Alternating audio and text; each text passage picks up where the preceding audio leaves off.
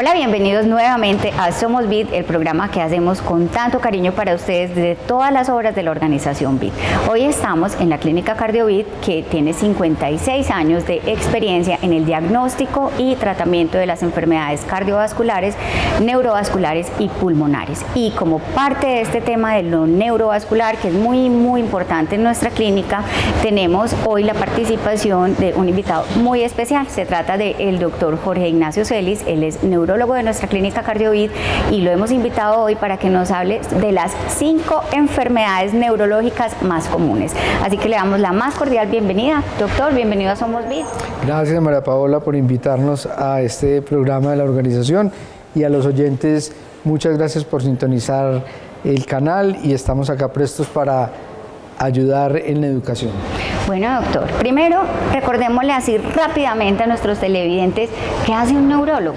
Un neurólogo es el especialista que se encarga del diagnóstico y el tratamiento de las enfermedades del sistema nervioso. ¿Y qué es el sistema nervioso? El cerebro, que está contenido acá en la bóveda craneana, y las enfermedades que están dentro de la columna en la médula espinal. Entonces nosotros nos encargamos de ver estas enfermedades. Solo este pedacito, pues así es facilito, pues solo este pedacito. La unidad sellada, que está toda cubierta por esos huesitos. La torre de control del organismo. Muy bien, doctor. Pues entonces aquí a mí me pasaron una lista de las 5 enfermedades neurológicas más comunes: Alzheimer y demencia, ACV, Parkinson, epilepsia y cefalea. Sí, señora, esas pudiéramos decir como son las más frecuentes del uso diario y lo que los televidentes más van a tener en sus familias y lo que más van a consultar. Bueno, entonces empecemos a analizar una por una cómo se diagnostica, tiene cura y también algunas se podrán prevenir. Entonces empecemos por el Alzheimer y las demencias, muy detonadas en la pandemia, también se hicieron muy evidentes. María Paula, es que estamos viendo el cuarto pico de la pandemia. El cuarto pico de la pandemia es todo el fracaso del ser humano en sus problemas mentales y de estado de ánimo. O sea, son los problemas cognitivos y de depresión, producto de haber estado un año encerrados, de no tener intercambios, de haber parado el cese económico, y entonces la gente está viendo estas dificultades, y estamos cosechando lo que la pandemia nos dejó en este cuarto pico. No quiere decir que la demencia vaya pues a subir eso, sino los problemas de memoria, y eso le tiene que quedar muy claro a los televidentes. Todos podemos tener problemas de memoria, pero eso no nos hace que tengamos una demencia. Entonces, en términos generales, las demencias son enfermedades degenerativas de nuestro sistema nervioso, y las demencias se caracterizan o porque tenemos problemas de la memoria, o porque tenemos problemas en el lenguaje, o porque tenemos problemas en el comportamiento. Esos son los 3 grandes pilares por los cuales van a consultar las personas con problemas de demencia. Y la demencia y el Alzheimer van muy de la mano.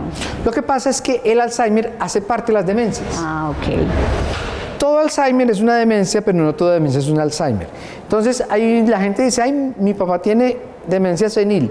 Las demencias seniles pueden ser por Alzheimer, vascular, etc. Entonces, para decirle a los televidentes cómo clasificamos las demencias.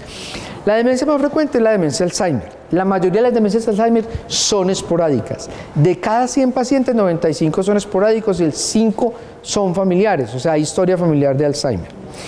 La enfermedad de Alzheimer se da porque hay un proceso en la acumulación de beta-amiloide, que es una proteína tóxica en el organismo, que normalmente interviene en mecanismos de la producción de colesterol, de señales eléctricas, de transmisión química en el cerebro. Entonces empieza a intoxicarse el cerebro con esto y empieza a producir cambios básicamente de predominio de memoria. El segundo tipo de demencia es la demencia vascular. Y la demencia vascular se puede ver o por un infarto cerebral que afecte una estructura crítica, y se llama un infarto estratégico. Es como si hubiera un colapso de la avenida Oriental con la 33, el colapso es total en ese sector porque es un pequeño accidente, pero está colapsando el tráfico. Aquí ocurre lo mismo. O puede ser un infarto en un paciente con una enfermedad de Alzheimer que lo acelera, o son pequeños problemas de la circulación cerebral que van produciendo infartos cerebrales lentos que van sumando, que es el deterioro de la sustancia blanca. Tercero está la demencia mixta, que es tanto Alzheimer como vascular. Cuarto está la demencia frontotemporal. La demencia frontotemporal es una demencia en la cual se afecta esta corteza frontal y temporal y tiene a su vez tres variantes. Una que es la afasia primaria progresiva, que es la pérdida progresiva del lenguaje. Segundo, que es la degeneración córtico-basal, que es algo que simula a la enfermedad de Parkinson sin ser Parkinson. Y tercero son las demencias frontotemporales de predominio y alteración del comportamiento. Luego tenemos las demencias asociadas a priones, que es lo que se llamó la enfermedad de las vacas locas. La demencia asociada al virus del SIDA, y ahí tenemos el gran capítulo de las demencias. No, doctor, pero vamos a tener que hacer un programa de demencias, pues un programa completo para ampliar todas esta clase de demencias que yo no las conocía. O sea, vamos a hacer un programa sobre esto porque es muy importante ampliar este tema. Bueno, doctor, entonces, ¿cómo se diagnostica? A ver, el diagnóstico básicamente es porque la familia sospecha que hay cambios en el paciente, o puede ser cambios en el lenguaje como veíamos, o cambios en el comportamiento o cambios de la memoria. Lo traen a la consulta, uno lo estudia, descarta las causas de pseudodemencia, o sea, aquellas cosas que pueden falsear y crear que es una demencia y que son tratables y revierten. ¿Cuáles son las pseudodemencias?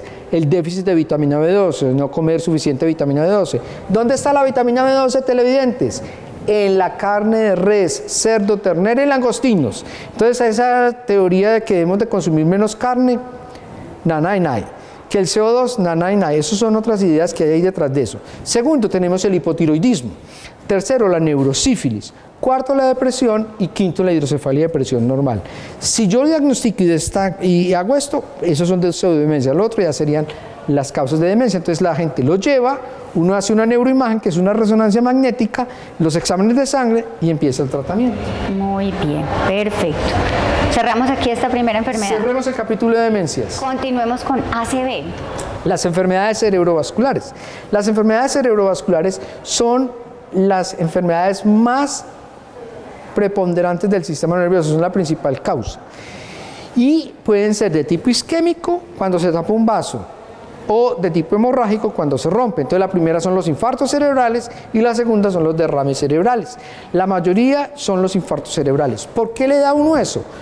Porque es hipertenso, porque es diabético, porque fuma, porque consume sustancias que no son de nada recreacionales, la marihuana, la cocaína, que es ahí una de las peleas que yo personalmente estoy asumiendo desde el plano de vista académico. ¿Cómo así que legalizar marihuana y cocaína y ponerle un impuesto a las bebidas azucaradas? ¿El exceso de azúcar es dañino? Sí, pero es más dañina la cocaína y la marihuana. Entonces eso es algo que los televidentes debemos de estar atentos, porque aquí hay otros negocios secundarios que quieren estar tras de esto. Entonces es muy delicado. Entonces tenemos ahí lo otro, que es las migrañas que pueden predisponer ahí, y hay una que son las enfermedades cardiovasculares, las arritmias cardíacas, dentro de las cuales la fibrilación auricular es la principal causa de infartos cerebrales por embolia. Y dentro de las hemorragias están las malformaciones arteriovenosas y los aneurismas. Y los aneurismas tienen un factor de riesgo. 1, el sexo femenino. 2, el uso de anticonceptivos orales ricos en estrógenos. Y 3, tabaquismo y la historia familiar de aneurismas. Doctor, recordémosle aquí rápidamente a los televidentes esas señales del ACV, que a mí me encanta que usted lo explica súper bien. Es el corre. O sea, si yo veo la cara torcida, si tengo dificultades para ver, si estoy raro para hablar, si tengo una rápida debilidad, llama rápidamente al servicio de emergencias. Y en forma rápida, si la cara está torcida, si el brazo no se sostiene y si tenemos dificultades para hablar, podemos tener un infarto cerebral, un derrame cerebral, llamar rápido al 123 o acudir a un servicio de urgencias de un hospital que esté en capacidad de atender un ataque cerebrovascular. Y para eso pueden buscar la página de www.recabar.org y ahí está la lista en el país de las instituciones que atienden ataques cerebrovasculares. Súper importante recordar esas señales, porque con eso nos pueden salvar la vida y también le podemos salvar la vida a otra persona. Entonces, valga la pena que recordéis. La tercera enfermedad, Parkinson. El Parkinson es una enfermedad que se caracteriza porque hay un temblor. Y generalmente, o principalmente, es característico que empiece por un lado, el derecho o el izquierdo. Entonces un temblor en cuentamonedas, rígido, la cara se torna rígida y por eso se llama la fase inexpresiva, el paciente se torna lento y hay una marcha lenta. No todo el que tiembla tiene Parkinson, es una de las enfermedades más promiscuidas en su diagnóstico. Porque todo el mundo llega con temblor y dice, ay, ¿será que tengo un Parkinson? No. A veces son los medicamentos. Pueden ser por medicamentos, pueden ser por exceso de bebidas de café o de té, también puede ser por el consumo de licor, entonces pueden ocasionarse otras causas de movimientos involuntarios. Entonces la enfermedad de Parkinson se caracteriza por eso. Entonces es movimiento lento, temblor y rigidez. Y asociado pueden haber otros síntomas. Sí, doctor, ¿cómo se diagnostica? O sea, a veces es difícil, lo que usted decía, ¿cierto? El diagnóstico es difícil. Entonces, digamos, cuando observemos que en una persona podemos sospechar de Parkinson, o sea, ustedes hacen el diagnóstico, ¿cierto? Pero digamos, sí, a veces puede ser el temblor, exceso de cafeína, o en fin, ¿cómo sabemos, digamos, cuándo es el momento de acudir? A ver, primero que todo, el paciente generalmente es un temblor que empieza en una extremidad, no en las 4, en una, y que va incrementando. El paciente empieza a tornarse un poco rígido, o sea, le da dificultad, los movimientos ya son más lentos, se torna lento para hablar, el tono de la voz le puede disminuir y al escribir empieza a escribir pequeñito, que se llama una micrografía. Eso nos puede alertar a nosotros que nuestro paciente puede tener un Parkinson y debemos de consultar. ¿Hay, digamos, algún tipo de población que sea, pues, digamos, como más pues, sensible para esta enfermedad? Pues, María Paola, en algunas regiones puede haber más prevalencia de Parkinson que en otras, pero que uno llegue y diga que en Colombia nosotros encontramos, como si puede ocurrir en la demencia, que nosotros podemos decir que hay, por ejemplo, más riesgo de demencia tipo Alzheimer en Yarumal, en Angostura. O en personas de qué edades más o menos. No, el mujeres. Parkinson sí es una enfermedad de personas mayores de 50 a 60 años de edad. Ese es el grupo poblacional, porque se puede presentar en jóvenes, que es el Parkinson juvenil. Pero de 50 muy jóvenes, doctor. Sí, pero es una enfermedad ya de personas mayores. Joven y hacia el adulto mayor. Sí, es cierto, es verdad. Bueno, doctor, epilepsia. Bueno, la epilepsia, esa es otro tipo de alteración que todo el mundo cree que la epilepsia es solo el que chapalea, el que tiene el movimiento y echa babasa y todo. Ese es un grupo de los pacientes, pero hay otro grupo de pacientes que pueden tener crisis de ausencia, y es que se desconectan del medio, o pueden tener crisis focales, que solamente es en una parte del cuerpo y hay una desviación, pero sin necesidad de perder el estado de conciencia. Entonces las epilepsias generalmente antes de los 20 años de edad están asociadas a una disfunción en el sistema eléctrico, bien sea por una alteración en el neurodesarrollo, que no se formaron bien las vías de conexión y hay unas zonas que son más proclives a descargar, o porque existe una zona de trauma, o porque no hay un buen funcionamiento eléctrico. Y posteriormente podemos encontrar estos cuadros de epilepsia secundarios a infartos cerebrales, a tumores cerebrales, a infecciones del sistema nervioso central. Muy bien. ¿Y cómo hacemos el diagnóstico de la epilepsia? El diagnóstico de la epilepsia es por una sospecha clínica. Hacemos un videoelectroencefalograma que nos muestra la actividad eléctrica normal y hacemos una resonancia magnética cerebral con unos protocolos específicos de epilepsia para ver si hay una alteración estructural del sistema nervioso. Muy bien. Y la última, pero no por última, menos importante, digamos que es muy común. Es la segunda causa después de las enfermedades cerebrovasculares. La cefalea. Las cefaleas son diferentes tipos. La más frecuente es la cefalea tipo tensión, que afecta tanto a hombres como mujeres, está asociada generalmente a altas cargas de estrés, generalmente es un dolor en la región occipital, tipo peso o en banda, se puede acompañar o no de náuseas o vómito, pero no es incapacitante, no tiene ningún déficit y generalmente, como le digo, está asociado a problemas de estrés, de ansiedad, de mal dormir, el burnout, el estrés laboral, el estrés de esta sociedad, el estrés al que estamos siendo sometidos en el mundo actual. Segundo están las migrañas. Y las migrañas son un dolor de cabeza que generalmente es unilateral o puede ser global, con un patrón que es pulsátil, que se acompañan de náuseas o de vómito. Esas sí son incapacitantes y hay fastidio para la luz y para el ruido, y el dolor dura de 4 a 72 horas. Se pueden dividir con aura, en la cual ven lucecitas, estrellitas o algo, o que no tenga aura, que se llama sin aura. Y hay unos factores desencadenantes. Esos factores desencadenantes son dormir mucho, dormir poquito, el consumo de ciertos alimentos, ciertas situaciones que nos pueden desencadenar los ataques de dolor de cabeza. Y hay otras, ya esas son las más frecuentes, y hay otras que se llaman otros dolores de cabeza, como es la neuralgia del trigémino o la neuralgia del glosofaringio, que son daños en esos nervios y producen una sensación de dolor que son como un dolor corrientazo en la cara, si es del trigémino, o glosofaringio a nivel de la garganta. Y existen otro tipo de cefaleas asociadas a la presión alta o la presión bajita.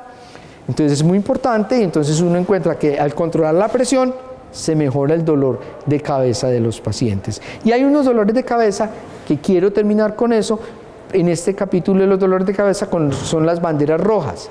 Si el dolor de cabeza empieza después de los 50 años de edad, si el paciente no tiene dolor de cabeza, si es el dolor de cabeza más severo que ha tenido en su vida, si ese dolor de cabeza se acompaña de déficit motor, o sea, pérdida para hablar, para mover o algo, si el dolor de cabeza se acompaña de fiebre, o el dolor de cabeza se acompaña con el ejercicio o en medio de la actividad sexual, eso lo debe poner a uno en alerta. Súper importante. ¿Qué debe hacer en ese caso? Consultar. Urgentemente. Urgentemente, y no dejarlo para mañana. No dejes para mañana lo que puedes hacer hoy. Sí, es cierto. Doctor, en el caso de las mujeres, pues yo he escuchado muchas conversaciones femeninas alrededor del tema hormonal. ¿También puede ser un detonante de migraña o dolor de cabeza? Claro, las mujeres tienen dos picos grandes de migraña y de dolor de cabeza. Entonces, las migrañas están asociadas a las hormonas, y uno de los desencadenantes de los ataques de migraña o de las cefaleas asociadas al ciclo menstrual son los ciclos menstruales, porque las hormonas retienen agua, producen edema, así que durante el ciclo menstrual los senos están congestionados, el endometrio está fuerte porque va a haber un ciclo, y lo mismo pasa con el cerebro. Entonces hay un poquito de edema y produce ese dolor de cabeza y el fastidio y el malestar. Y segundo, en la menopausia. Entonces vuelven a caer las hormonas y allí se dan las oleadas de calor y los problemas del comportamiento, y se pueden desencadenar allí otros problemas de dolor de cabeza asociados. También, este no estaba pues aquí en las preguntas, pero hace parte de este tema que mencionamos, y es que al bajar las hormonas en la menopausia parece que hay también como algún tipo de pérdida de memoria, pero es por el tema hormonal, ¿es cierto? A ver, María Paola, más que por el tema hormonal, es por la declinación hormonal de la persona. Entonces la persona se siente como golpeada, porque todos nos vemos, entonces podemos tener problemas de memoria, pero atencionales. De la atención, de yo estar pendiente de que está pasando algo aquí, de que esto me está... Entonces son distractilidad. Entonces eso nos pasa, pero no solo a las mujeres con la menopausia, nos pasa también a los hombres cuando nos llega la andropausia. Lo que pasa es que la menopausia dura 2 o 3 años, a nosotros la andropausia nos dura 10 años. Usted no ha visto los señores después de cierta edad que empiezan a decir tantos bombillos prendidos, que es esto, que la cuenta de la luz, y a molestar. Esa es la andropausia. Ah, que ya hay una explicación al menos científica para eso. No, científica, es que es real. Ah, bueno, doctor, muy interesante.